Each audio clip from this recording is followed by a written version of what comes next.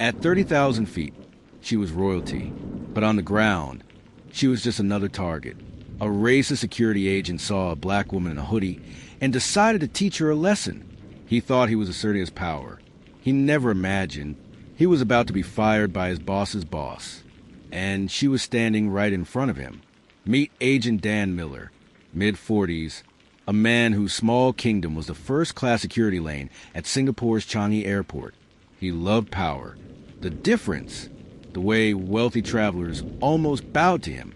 And he had a special hatred for those he felt didn't deserve to be in his lane, especially if they looked like her. Agent Miller strutting through the premium security lane, sneering at passengers, enjoying their nervousness. Now meet Kemi Adebayo, 35 years old, billionaire tech innovator, CEO of Apex Global Airlines. She had just closed a deal that would revolutionize air travel and was exhausted. Tonight, she wasn't a CEO. She was a daughter rushing home to see her sick father. She wore a comfortable hoodie, faded jeans, and carried a single backpack. She was incognito, anonymous, just how she wanted it. She walked into the first-class security lane for efficiency. She never saw the gatekeeper, who saw her as an affront. "You, step aside." Miller's voice was a whip crack. Kemi paused. "Excuse me. This lane is for first-class passengers only," he said, looking her up and down with disdain.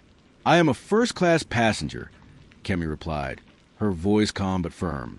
She handed him her digital boarding pass. He glanced at it. Kemi Adebayo.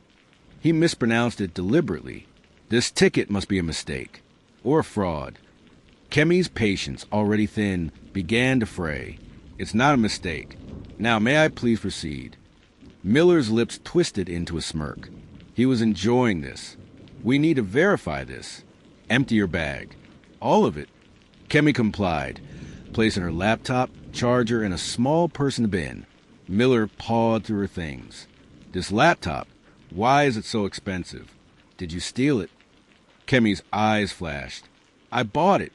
He held up a small, elegant case. "And these? Diamonds." He opened it. It held her late mother's simple pearl earrings. "Sentimental value," Kemi said, her voice tight. "We'll see about that," Miller sneered. Secondary screening. "Now." Miller's invasive hands going through Kemi's personal belongings, the dismissive smirk on his face. Kemi's growing anger barely contained. In the private screening room, the humiliation intensified. A female agent performed a pat-down that was more assault than search. Miller watched, arms crossed, a satisfied look on his face. "You people always think the rules don't apply to you," he muttered, just loud enough for her to hear. Kemi stopped moving. She turned her head slowly. "What did you just say?" Miller stepped closer. "You heard me. Now I'm confiscating these for further investigation." He snapped the pearl earring case shut and dropped it into his pocket. That was the final straw. The last connection to her mother, stolen by this petty tyrant. Kemi's composure didn't break. It solidified into something cold and hard. "You will return my property. Now." Miller laughed. "Or what? You'll call the manager?" Kemi didn't smile. She reached into the pocket of her hoodie and pulled out her phone. It wasn't a smartphone. It was a custom, encrypted satellite device. She tapped a single speed dial number. It was answered instantly. "Madam CO?" a voice said. Miller's smirk widened. "Madam CO? Nice touch. Your pimp must be important." Kemi ignored him, speaking clearly into the phone. "Jonathan, I'm at the Changi first-class security lane. There's an Agent Dan Miller here. He has just stolen my mother's earrings. I want him terminated. Immediately." Miller burst out laughing. "Terminated? I'm going to have you arrested for threatening an officer." But Kemi held up a finger, silencing him. She listened to the voice on the phone, then nodded. "Yes, do it." She hung up and looked at Miller. "Your boss's boss will be here in 60 seconds. Miller rolled his eyes. "A miracle in 60 seconds? I'll believe it when I see it." Exactly 60 seconds later, the door to the security office burst open. A man in an impeccably tailored airline executive suit stood there, panting. His face was white with panic. It was Mr. Chun, the vice president of airport operations for Changi. Miller jumped to attention. Sir, I was just... Chun didn't even look at him. He ran straight to Kemi, bowing slightly. Ms. Adebayo, 1,000 apologies. There's been a terrible, terrible mistake. Miller's jaw dropped. Ms. Adebayo... Chin turned on him, his voice trembling with fury. You idiot. This is Kemi Adebayo, the majority shareholder of Apex Global. She OWNS's Airline. She owns the plane you were about to throw her off. The color drained from Miller's face. He looked like a man who had just stepped off a cliff. The stolen earring case felt like a lead weight in his pocket. Kemi looked at him, her expression unreadable. The termination stands, she said quietly. But first, you're going to do something for me. She leaned in close. You're going to personally escort me to my plane, and you're going to announce to everyone exactly who I am. Before Miller could respond, Kemi's satellite phone rang again. She answered, her face, which had been a mass of controlled anger, suddenly filled with shock and grief. She listened, her hand going to her mouth. No, when I'm on my way. She hung up, the fight gone from her eyes, replaced by a profound sorrow. She looked at Miller, but she was looking through him. My father, he's gone. She turned and walked away, leaving the two men in the silence of her devastating loss. Miller's face, a frozen mass of horror and regret. Mr. Chen's head in his hands. Kemi walking away, her shoulders slumped in grief. He stole from a billionaire. He harassed a queen. But now, her pain is his problem, and the real power is just beginning to flex. The throne is empty, the king is dead, and the queen's grief has just turned into a cold, focused fury. The security agent who harassed her thought his job was the worst of his problems. He was wrong. He's about to learn what happens when you push a woman who has nothing left to lose. A hospital monitor showing a flat line. Kemi's face, streaked with tears, reflected in the window of a private jet. Kemi Adebayo stood alone in her father's sprawling, silent penthouse. The deal that had made her a billionaire felt like ash. The victory lap had become a funeral march. Her phone buzzed incessantly. Condolences, board members, press inquiries. She ignored them all, except one. A message from her head of corporate security, a man named Jonah. The agent Miller has been terminated.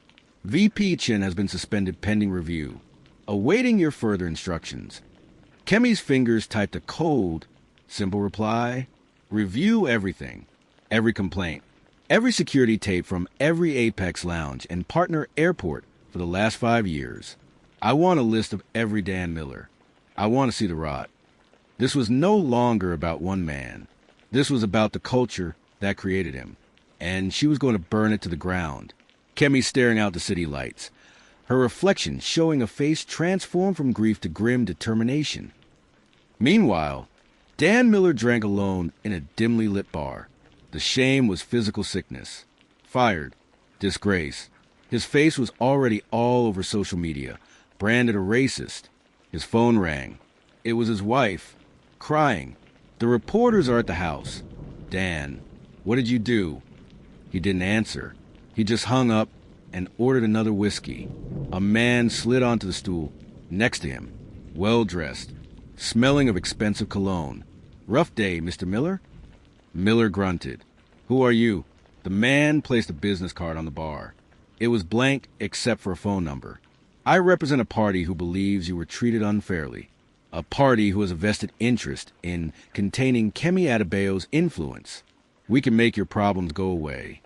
Miller squinted. How? The man smiled. By making her problems much, much bigger. Back at Apex Global headquarters, Jonah delivered his preliminary report. It's bad, Kemi. Miller was an anomaly. We found over 24 similar complaints against security contractors at our partner hubs. All buried. All involving minority or female passengers. He pulled up a chart on a large screen. It all leads back to one subcontracting firm, Global Shield Security. They handle 60% of our premium passenger screening. Kemi studied the chart. Who owns Global Shield? Jonah's face was grim. That's the problem. It's a Russian nesting doll of shell companies. But the trail, it points to a rival airline. Orion Airways. Orion Airways, her father's oldest competitor. The man who had tried to sabotage Apex for decades. Lars Van Dyke. The harassment wasn't just random racism. It was a corporate attack. A deliberate strategy to tarnish Apex's reputation by making their high-value customers feel unsafe. Miller was just a pawn, and her father's death had provided the perfect emotional distraction. Kemi's grief crystallized into a cold, sharp weapon. Set a trap, she commanded Jonah. I want to meet Lars Van Dyke. Tell him I'm grief-stricken, vulnerable, that I'm considering a merger to ease my burden. It was a dangerous gamble. Jonah protested. Kemi, he's a shark. He'll smell blood in the water. Good, Kemi said, a dangerous glint in her eye. Let him come for the blood. He won't see the hook. The meeting was arranged at a neutral location, a private club in Geneva. Van Dyke arrived, all smiles and false sympathy. A tall, silver-haired predator. Kemi, my dear child, your father was a giant. A shame what happened. Kemi played her part perfectly. She was subdued, her eyes downcast. I can't do this alone, Lars. Perhaps a merger makes sense. You run the operations. I need a break. Van Dyke's eyes gleamed with triumph. He took the bait. A brilliant idea. We can announce it next week at the International Air Summit in Dubai. As they shook hands on the deal, Van Dyke's phone buzzed. He glanced at it, then smiled at Kemi. Excellent news. It seems that a troublesome security agent from Singapore, Dan Miller, has tragically taken his own life. Such a shame, but it ties up a loose end, doesn't it? Kemi froze. Miller was dead, and Van Dyke had just confessed to being involved. Kemi left the meeting, her mind racing. Miller's death wasn't a suicide. It was a murder. Van Dyke had eliminated a liability, and he had all but admitted it to her face, believing she was too broken to fight back. Back in her secure car, she called Jonah. Miller is dead. Van Dyke, just brag about it. I need you to find Miller's family. Now, offer them our full protection and support. And I need everything you have on Van Dyke's movements in Dubai. What are you planning, Kemi? I'm planning a hostile takeover, she said, her voice like steel. Of the truth. Hours later, Jonah called back, his voice tense. Kemi, I found Miller's wife. She's terrified. She said before he died, Miller gave her a USB drive, told her it was his insurance policy. What's on it? We're decrypting it now. But Kemi, there's more. I did a deep dive on your father's death. The private jet he was on, it was serviced by a subsidiary company, which is owned by Orion Airways. The air left Kemi's lungs. It wasn't just corporate sabotage. It was murder. Her father had been murdered. The decrypted files from Miller's USB drive were a bombshell. They contained encrypted emails between Van Dyke and the head of Global Shield Security. Instructions. Target Apex's premium passengers from specific demographics. Create discomfort. We want their loyalty program to bleed. And then the killing blow. An email from the day before her father's flight. The primary asset, Kemi's father, is on board Falcon 1. Ensure the landing gear maintenance issue is not logged. Let gravity do the work. Kemi stared at the screen, the world tilting on its axis. The racial profiling, the harassment, her father's accidental plane crash. It was all connected. It was all Van Dyke. She had thought she was avenging an insult. She was now investigating a murder. Kemi prepared to go public. She had the evidence. She contacted Interpol. But as she was finalizing the press release, her satellite phone rang. A distorted, robotic voice spoke. Ms. Adebayo, drop the investigation. Withdraw from the Dubai summit. Or the crash that killed your father will look like a mechanical failure. Compared to what happens to your fleet tomorrow. The line went dead. Kemi stood frozen. Van Dyke knew she was on to him. And he wasn't threatening her. He was threatening every single passenger who would board an Apex flight, in the next 24 hours. She looked at the press release on her screen. If she sent it, she would be signing the death warrants of hundreds of innocent people. Kemi's finger hovering over the send button on her laptop. A live map of the world with every Apex flight in the air highlighted in red. She has the evidence to destroy him, but sending it could trigger a massacre in the sky. The threat is in the air. Hundreds of lives hang on her next move. She has the evidence to crush her enemy, but unleashing it could be a death sentence for the innocent. Kemi Adebayo is no longer just a CEO seeking justice. She's a strategist in a deadly game of aerial chess. And the board is about to catch fire. A world map with every Apex flight glowing red.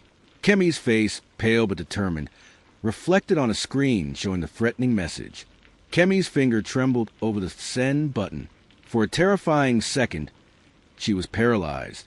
Then, a lifetime of her father's training took over. A leader freezes in private, Kemi, but in a crisis, they act. She deleted the press release. She couldn't risk it. Instead, she slammed her hand on the intercom. "Jonah, get in here. Now!" Her head of security burst in, his face etched with worry. "We have to ground the fleet," Kemi said, her voice clipped and commanding. "Ground it? Kemi, that's impossible. We have 47 planes in the air over 3 continents. The panic, the financial cost. The cost of doing nothing is a cratered plane and 300 dead passengers," she yelled, showing him the threat. Jonah's face went white. "My God!" "Issue a code, Zulu. A full, immediate ground stop. Tell air traffic control it's a critical software vulnerability, a potential flight control issue. It's the only way to do it without causing a panic that he might see as an act of war." Across the globe, a silent alarm was triggered. In control towers from Dubai to Denver, confused air traffic controllers received the unprecedented order. Apex Global 22, descend immediately to your nearest suitable airport. This is a priority directive. On board the planes, pilots were equally confused but followed protocol, making calm announcement about a minor technical issue. Passengers grumbled, but there was no panic. On the ground, operations managers scrambled, diverting flights to alternate airports. Kemi watched the map in her command center, her heart pounding as, one by one, the red dots representing her planes turned green as they landed safely. It took 47 minutes, the longest of her life. When the last plane was on the ground, she let out a shuddering breath. The immediate threat was over, but the war had just begun. Van Dyke would know she'd called his bluff. He would escalate. As predicted, her phone rang. It was Lars Van Dyke. His voice was no longer friendly. It was a snarl. "You grounded your entire fleet? You foolish girl. Do you have any idea what you've done? You destroyed your own company." "No, Lars," Kemi said, her voice ice cold. "I've saved it, and I've trapped you. The threat you made is recorded. Interpol has it, and they have the evidence from Miller's Drive. It's over." There was a long silence on the other end. Then a low, chilling laugh.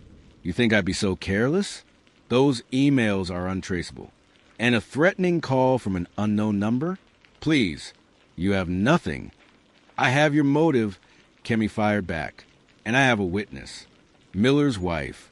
She's under my protection. She'll testify." Van Dyke's laughter stopped. Protection can be breached. The line went dead. Kemi immediately called the safe house where Mrs. Miller was being guarded. The line rang and rang. No answer. A cold dread filled her stomach. Jonah's voice came over the comms, strained and full of static. "Kemi, the safe house is under attack. Heavily armed men, professional, came out of nowhere, were pinned down." Kemi could hear gunfire in the background. She was losing control. Fast. She had to act now. Not with lawyers, but with force. She accessed secure server, entering codes only she and her father knew. The Iron Dome protocol. It wasn't a defense system. It was an attack vector. A legacy from her father's more ruthless days in industry. With a few keystrokes, she initiated a hostile takeover of Orion Airways' entire operational network. Flight schedules scrambled. Booking systems frozen. Fuel allocations canceled.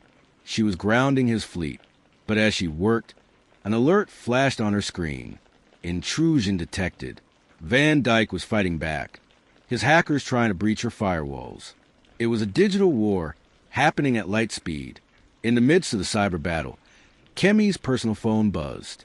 A message from an unknown number. But this one was different. It was a photo, a grainy, long-lens image of a young boy with bright eyes, kicking a soccer ball. Her nephew, Liam, her sister's son. The message below was simple. The boy is so full of life. A shame if his school trip to London tomorrow had turbulence. Stand down, Kemi. They had found her weakness. Her family, the one thing more important to her than the airline, the digital battle, the corporate war, it all faded into noise. This was primal. This was a threat she couldn't counter with firewalls or press releases. She stared at the photo of her nephew's smiling face. Her hand moved to the keyboard to surrender, to dismantle the Iron Dome. But then she stopped. Surrendering wouldn't save Liam. Van Dyke would never let a loose end live. She had to be smarter. She had to be ruthless. Kemi made a call, not to her security team, not to the police. She called a number her father had given her years ago, telling her to use it only if her life was in absolute danger. A man answered on the first ring. No greeting. "I need a ghost," Kemi said, her voice steady. "A child. London. Tomorrow. His name is Liam Adebayo." "Understood." The voice replied, and the line went dead. She had just hired a shadowy, deniable asset to extract her own nephew. It was a desperate, dangerous move. She then picked up the phone and called Lars Van Dyke. He answered, smug. "Have you seen the reason, my dear?" "I'm standing down," Kemi said, forcing a tremor into her voice. "The Iron Dome is being deactivated. I'll announce the merger in Dubai." "Wise girl," Van Dyke purred. "I'll see you there." As she hung up, Jonah's voice came back over the comms, breathless. "Kemi, we held them off. Mrs. Miller is safe. And we captured one of the attackers. He's talking. He says Van Dyke isn't the top. He's working for someone else. A shadow partner, they call. The architect." Kemi froze. Van Dyke was just a frontman. The real enemy was still in the shadows. And she had just agreed to walk into a trap in Dubai, completely unaware of who she was truly facing. Kemi's face, a massive shock, a first-class ticket to Dubai on her screen. A shadowy figure, unseen, watching a live feed of the Apex Command Center. She stopped the planes. She fought the hacker. But the man she's flying to meet is just a puppet. And the puppet master knows she's coming. The trap is set in Dubai. The puppet is waiting. But Kemi Adebayo is no longer walking in blind. She knows a shadow enemy lurks, an architect who pulls the strings. The final confrontation is here, and the future of an empire will be decided at 30,000 feet. Kemi Adebayo, dressed in a sharp, powerful suit, looking out the window of her private jet as it descends over the glittering Dubai skyline. On the ground, the opulent International Air Summit was a glittering cage. Lars Van Dyke held court, surrounded by sycophants, his smile a mask of triumph. He believed Kemi was broken, coming to sign her company over. He didn't see the quiet intensity in her eyes as she entered the hall. He didn't notice the subtle earpiece she wore, connecting her to Jonah in a command van outside. All teams are in position. Jonah's voice whispered, "The Ghost has Liam secure in London. Mrs. Miller is ready to testify, remotely. We're ready." Kemi's plan was simple. We're a wire. Get Van Dyke to confess to her father's murder on record. Then give the signal. But as she approached him, he looked past her, his eyes widening slightly at someone in the crowd. A flicker of fear, of deference. Kemi followed his gaze. Standing near the bar was a man she recognized, a revered, elderly Swiss banker named Klaus Richter, known for funding ethical ventures. He gave a nearly imperceptible nod to Van Dyke.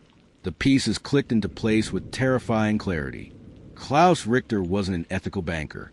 He was the architect, and his presence changed everything. Van Dyke turned back to Kemi, his smile strained. "Kemi, So glad you saw the reason. Let's talk in private, Lars, Kemi said, steering him toward a secluded balcony overlooking the Burj Khalifa. The moment the glass door closed, she turned on him. The game's over. I know about Klaus Richter. I know he ordered my father's death. Van Dyke's face crumpled. The bravado vanished, replaced by the look of a cornered rat. You don't understand. He owns everyone. Interpol politicians. If I talk, I'm dead. Then you're already dead, Kemi said, her voice cold. But you can choose how you die, as his pawn or as the man who helped bring him down. She played her ace. I have your family moved to a secure location, Lars. Your wife and daughters. Richter can't touch them. But I can. Testify and they stay safe. It was a brutal move. A mirror of the threat against her nephew. Van Dyke broke. He slumped against the railing. It was Richter, he whispered. Your father was going to expose his money laundering through the airline industry. He couldn't allow it. The wire captured every word. As Van Dyke confessed, Kemi saw Klaus Richter calmly exit the main hall, followed by two severe-looking bodyguards. He was leaving. He knew. Jonah, he's on the move. Kemi said into her mic, he's heading for the rooftop helipad. The plan was in tatters. Arresting Van Dyke was meaningless if Richter escaped. Kemi made a split-second decision. She abandoned Van Dyke and ran. She burst onto the rooftop just as Richter's helicopter blades began to spin. Klaus Richter, she yelled over the roar. He turned, his expression one of mild annoyance, as if she were a fly buzzing near his champagne. Ah, the Adebayo girl. A pity. You made a promise. You killed my father. Business is business, he said with a shrug, turning to board the chopper. Kemi did the only thing she could think of. She pulled out her phone and held it high, the screen showing a live feed of Liam, safe and playing soccer. You lose, she said. For the first time, a crack appeared in Richter's calm facade. His plan to manipulate her through her family had failed. His bodyguards raised their weapons. But before a shot was fired, the spotlight from a news helicopter swept across the rooftop. Then another, and another. Kemi looked at Richter. You own a lot of people, but you don't own the airwaves. While you were watching me, I bought a 51% stake in Global News Network. This is being broadcast live to every screen in the summit and around the world. On the helipad's large LED screen, a live news feed appeared, showing Richter's face, along with a headline, Billionaire Terrorist, the architect of airline murder exposed. Below, the summit was in chaos. Police forces, now unable to ignore the public evidence, stormed the building. Richter was trapped. His money and influence were useless in the glare of the global spotlight. He looked at Kemi, not with anger, but with a strange respect. The student has surpassed the master, he said, holding out his wrist for the arresting officers. In the weeks that followed, the airline industry was reshaped. Orion Airways was absorbed into Apex Global, its corrupt practices purged. Kemi instituted a revolutionary passenger bill of rights and a zero-tolerance policy for discrimination, making Apex the global standard for integrity. At a quiet ceremony, she scattered her father's ashes from the cockpit of his first plane. The fight was over. The empire was secure, but the cost was etched into her soul. They saw her skin. They judged her hoodie. They underestimated her heart and her mind. But true power isn't declared by a title or a uniform. It's built through resilience.